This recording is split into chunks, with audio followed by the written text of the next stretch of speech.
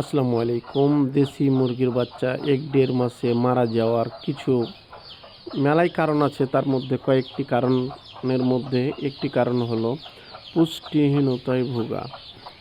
আমরা দেশিভাবে লালন পালন করি, ছেড়ে লালন পালন করলেও আমাদের অবশ্যই পুষ্টি যেন সুষম পায়, এদিকে খেয়াল রাখতে হবে, তাহলে ঠান্ডা লাগবে না। এই যে দেখুন, আমি যে খাদ্যটি দিতেছি শুধু চাউল খাওয়াই আমাদের এলাকায়, কিন্তু আসলে এই দেখুন ভাঙা ফিড জিরো বাচ্চা থেকে এগুলো দেওয়া যায়। তো এগুলো দিনে ২ বার করে অল্প করে দিলেই দেখবেন বাচ্চাগুলো হুষ্টপুষ্ট এবং রোগ প্রতিরোধ ক্ষমতা বাড়বে এবং ঠান্ডা লাগবে না। দেখুন আমার বাচ্চাগুলো কত সুন্দর মুরগির। তো এরকম ভিডিও পেতে আমার চ্যানেলটি সাবস্ক্রাইব করবেন। আর ঠান্ডা হালকা লাগলে আমি নাপা সিরাপ দিয়ে দিই, তাহলেই আল্লাহর রহমতে ২-১ দিন দিলেই ঠান্ডাটা কেটে যাবে। আবহাওয়া পরিবর্তন হলে আপনারা নাপা দিবেন, এভাবেই ভালো থাকবে। আসসালামু আলাইকুম।